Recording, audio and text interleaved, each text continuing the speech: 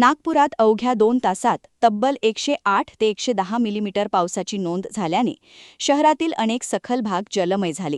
या पार्श्वभूमीवर महापालिका आयुक्त विपिन ईटनकर यांनी नागरिकांनी घाबरून जाऊ नये असे आवाहन केले आहे. भारतीय हवामान विभागाने आजसाठी येलो अलर्ट तर काल ऑरेंज अलर्ट जारी केला होता.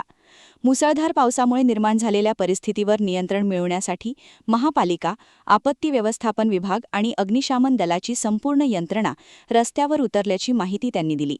नागपूर शहरात अचानक झालेल्या मुसळधार पावसामुळे अनेक रस्त्यांवर मोठ्या प्रमाणात पाणी साचले. काही सखल भागांमध्ये वाहतूक विस्कळीत झाली, तर नागरिकांनाही पाणी साचल्याचा फटका बसला.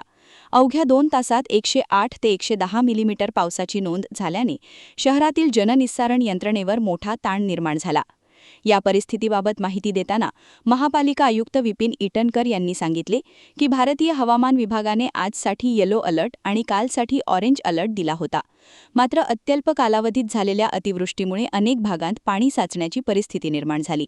मात्र नागरिकांनी घाबरण्याचे कोणतेही कारण नसल्याचे स्पष्ट करत त्यांनी सांगितले की नागपूर महानगरपालिकेची संपूर्ण यंत्रणा, आपत्ती व्यवस्थापन विभाग आणि अग्निशमन दलाचे पथक शहरभर कार्यरत आहे. ज्या ठिकाणी पाणी साचले आहे तेथून पंपसेटच्या सहाय्याने पाण्याचा उपसा करण्याचे काम युद्धपातळीवर सुरू आहे.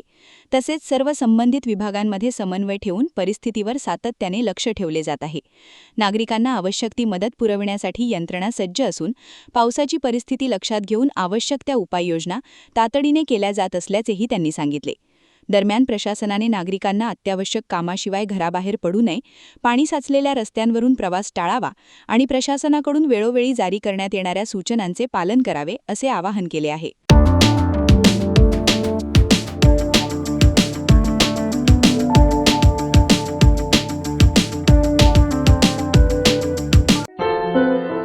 क्या हुआ बहू? माँ, पाइल्स की बहुत तकलीफ हो रही है। तो तुम गुदरोग सर्जन के पास क्यों नहीं गई?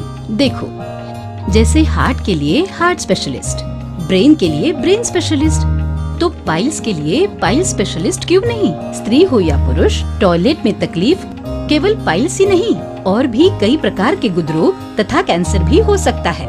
इसीलिए इसकी प्रत्यक्ष जांच जरूरी है.